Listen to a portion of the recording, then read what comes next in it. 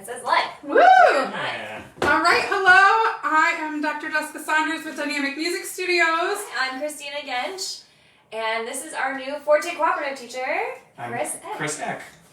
We are so excited to have Chris because I think everyone in the studios had a relationship with him, before we opened, and so we're so excited to have him in the cooperative and in the studio, and for me, it's the first time I get to see us in a year and a half, so Yeah. It's been so great. It's wonderful. So if you have any questions, feel free to pop them in the chat. Why don't you tell us a little bit about what instruments you teach? Yeah, absolutely. My main instrument is guitar, and I teach all styles of guitar, acoustic, electric, modern, classical, and pretty much everything in between. I also teach ukulele and mandolin and beginner banjo, so kind of a jack of all trades with the fretted strings, and it's a lot of fun. Awesome. I kind of jumped the gun there on in our order of our questions, but what's your musical background? How'd you get started? Yeah, that's a great question. When I was young, there was always music around me in my house, either on the radio or records or people performing and singing music. So I always felt really drawn to music because of that. I always felt it was just part of my natural environment. And then around age 5, my godparents gave me my first guitar. It was a Mickey Mouse guitar, it's what we refer to as a guitar-shaped object. I love it. But it had strings and some basic functionality, and I started to really get inspired by it. That didn't last very long, though, because I left it on the floor, and my sister stepped on it and broke it eventually. And it was some years before I got another guitar, and then when I did, I just started to explore that inspiration, learn more about the chromatic music system and harmony and melody through just doing that on my own. Okay, self-study kind of. A lot of self-study when I was young. Did they have any guitar classes in your music classes? No, they didn't. I moved around to a lot of schools when I was young, and in some ways that was a real advantage because I got a lot of different perspectives and I was kind of involved in different musical cultures, but I didn't participate in a lot of them when I was very young. I didn't play in band, I didn't play in orchestra. A lot of my friends did, of course, and I admired that a lot. I didn't have an opportunity to have formal lessons when I was young, so it was really when I was older, in high school, that I started to get some guidance from other people and to really, dedicate myself to guitar, particularly at that time. And then a lot of weird things, like I was living on my own my senior year of high school, and somebody gave me an old piano from a church, and it was painted with house paint, and I started to really understand more about the formal music system at that time, and I kind of understand about myself that what I wanted to do was express myself through music and compose, so that cued me that I needed to unlearn some of my bad habits from being a self-taught musician, but also hold on to my inspiration and also to just kind of formalize what I was doing. So I enrolled in a program in Kansas, a music program at Cloud County Community College. It was a really small program, but there were some wonderful and really helpful people there. And I was studying music theory and composition for a couple of years there, so that allowed me to both pursue that goal of getting more of the fundamental path into my hands, and also kind of more of that versatility.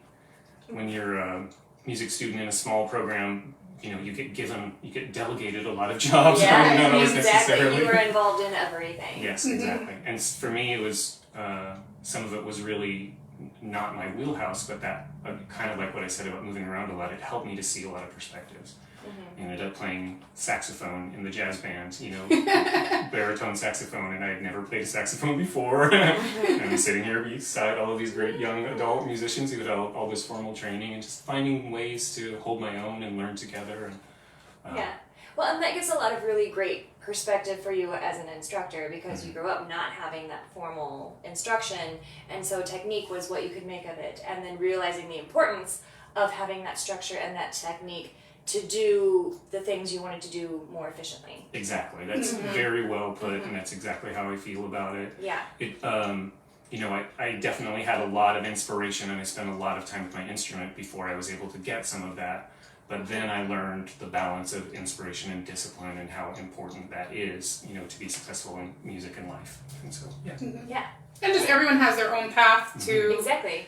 to that and to performing and whatever. There's plenty of people I know that got formal music educations and aren't doing anything with it, and others who don't have a formal music education and are gigging all the time. So it's just we all have different paths in our musical journey, and Exactly. If you can study, though, we would love to have you with us. It's very important. Yes, it makes life just a little bit easier. It does. Yeah. You're not rebuilding the wheel. You can get someone who's been through what you want to go through can give you the right steps and also just going to lean on that word inspiration.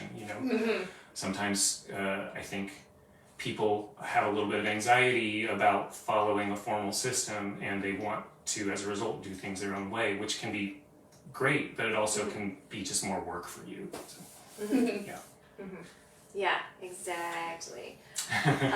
And so you went to Cloud Community College. That's Where right. else did you go? And then I moved to Iowa and eventually went to the University of Iowa, but I was not in a music program at that time. I was studying classics and ancient languages and comparative literature and stuff like that. Still artistic. Really important things, really great That'd be good career for choices. songwriting, Exactly. Yeah, it is. And actually, ironically, at that time, I was able to kind of focus more on my own musical inspiration because I didn't have as much pressure from being in a music program, which also was formative and wonderful for me. But basically, I got back to guitar at that time in my life and started to rededicate myself to the love of guitar and teaching guitar. Great. When did you start teaching guitar? Yeah, it was about at that time when I was a young adult, just moving to Iowa, that I started to kind of do some formal private lessons, some professional level private lessons. So that was some decades ago, I have to say the year. But, I feel like I've always been teaching. I feel like I'm the kind of nerdy person that when I'm passionate about something, I can't stop talking to people about it, and then people realize that I can be a helpful resource for pursuing their own dreams of expressing themselves with music.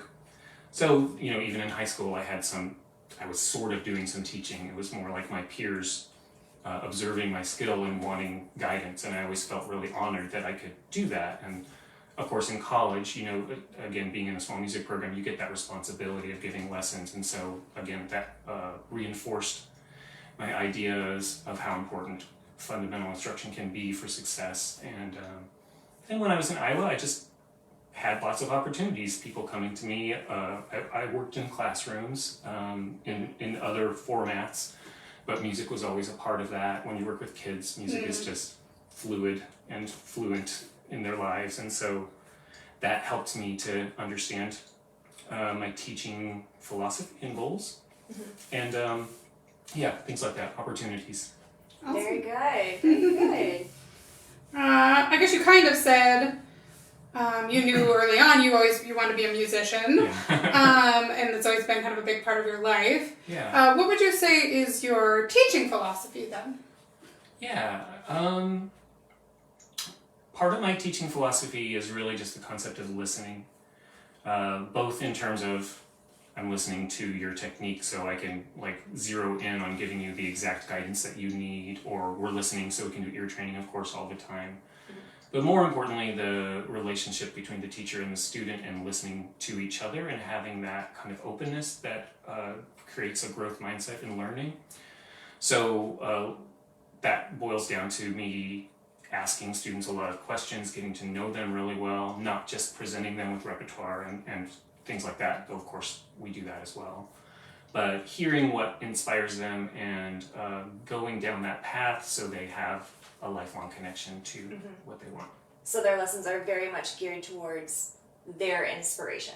It is, a lot of it is. And then, I can sneak in some things that I know are... Yeah, we all do that because you want to introduce them. That's your job as a teacher, is to introduce them to things they wouldn't have found if they hadn't come to you, Exactly. So. And, I really subscribe to that old by teaching we learn adage, and that's something that happens to me every day in my teaching life. When I'm with a student learning about them, I'm also learning to view the lessons from my own perspective. And so that's been tremendous for me as a musician, individual musician as well.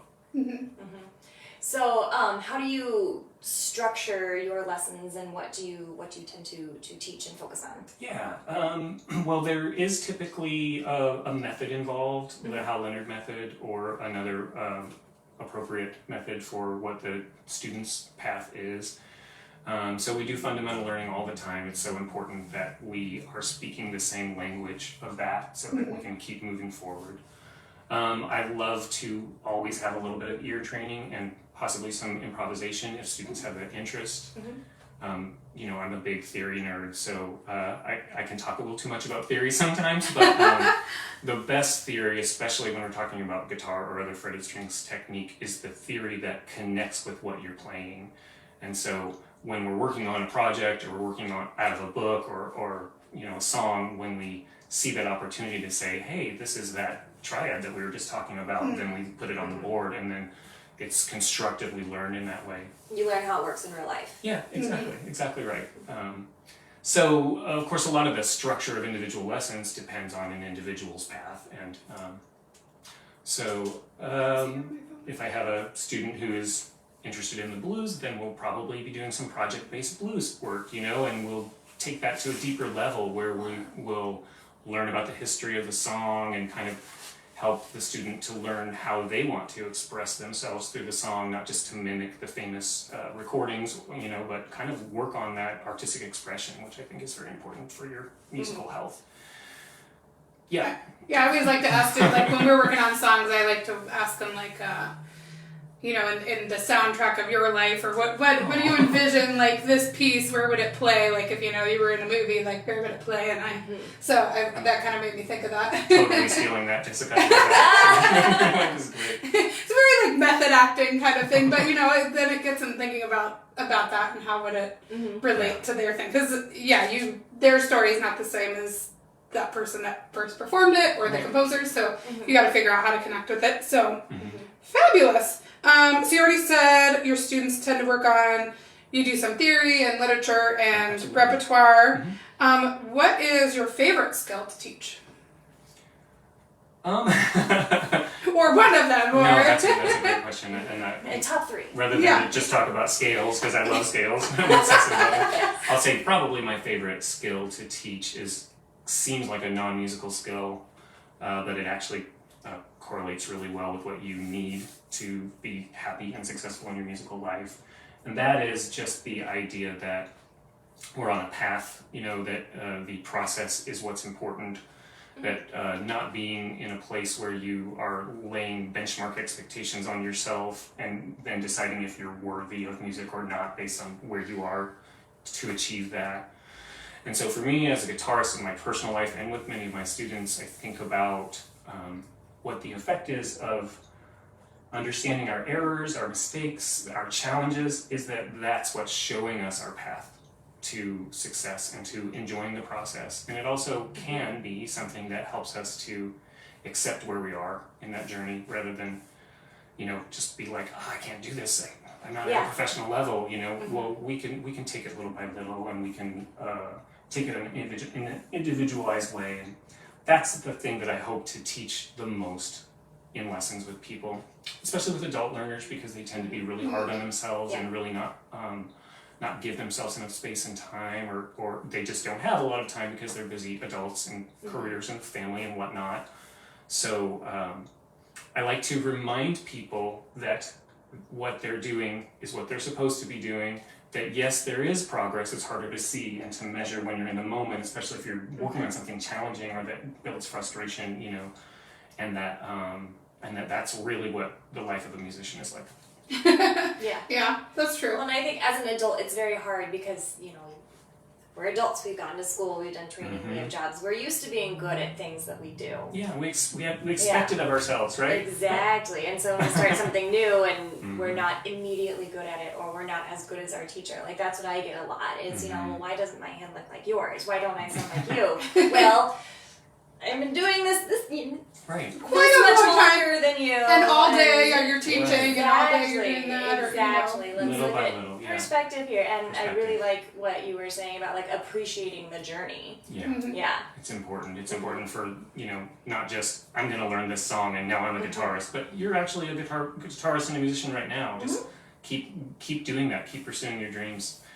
One of the things you said really resonated with a current experience that I have with a student of mine who is 93 years old and who started a couple of years ago as a beginner on the mandolin, and I just immediately respected the fact that even in his advanced experience age, he's not old, that he was ready to try something new and to keep growing, and so that's what life is about. Yeah. And that makes me think of Pablo Casals, the cellist. He's Yeah. 92 years old, and they said, well, why do you still practice every day? And his response is, well, I think I might be getting better. Yeah.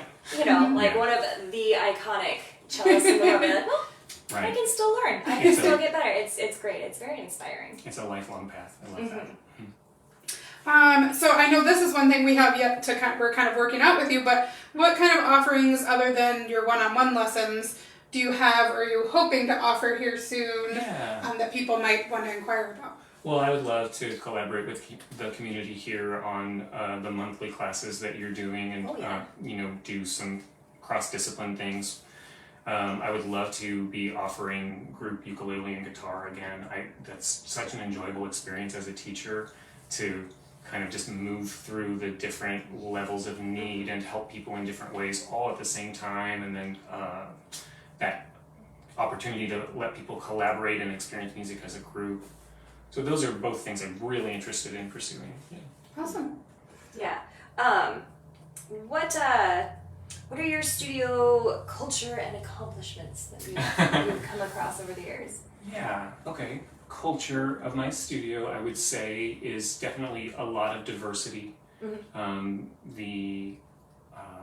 The different instruments that I teach, the different genres that represents in terms of interest, and also that opportunity for students and families, when it's safe and appropriate or what they want, to get together and experience those different perspectives, kind of like I talked about in my own personal history. Overall, the culture of my studio is probably one mostly of encouragement and mostly of what I like to think of as shining a light for someone. So I hope that makes sense and resonates with the question.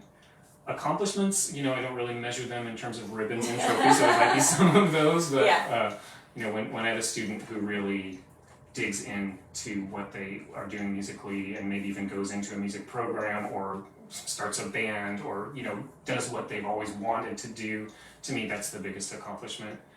Awesome. Yeah. Love that. And I think that's what we want we really want Dynamic Studios to be that, and within the different studios that we've mentioned before. So I think that's a big part of our philosophy too. So that's great. Why we're happy to have you on board. Yeah. And then are you gigging very much? Not a lot, though I do occasionally collaborate with a band or play a wedding or an event. Most of the non-teaching professional work that I've done recently is more recording collaboration or writing guitar parts for people who are working on other recordings. And that's something I'd like to do more of. I like the idea of kind of being Johnny on the spot with something and also creatively collaborating. But gigs have been a little low for me, and not just because of the pandemic, but just because my life has different parameters now, and but I hope to do more of that. Yeah. Cool. Awesome. So what have you been doing with the pandemic? What was kind of your, I don't want to say survival mode, but I feel like we all were like in survival mode for a while there, but how has that been for you and your teaching and your music? Yeah, that's a good question, because you're right, it's been very much, here's the priority of let's keep my family and my loved ones safe and myself. And in the music world, what that kind of built in me is this, like everyone, I really got a lot better at technology, and I have done a lot of remote lessons and remote collaborations, and have a songwriting group that was operating through Zoom for the whole year, which was very interesting. And that's mostly what I've been doing during the pandemic, is kind of some outreach services, some freelance services, and a lot of remote teaching.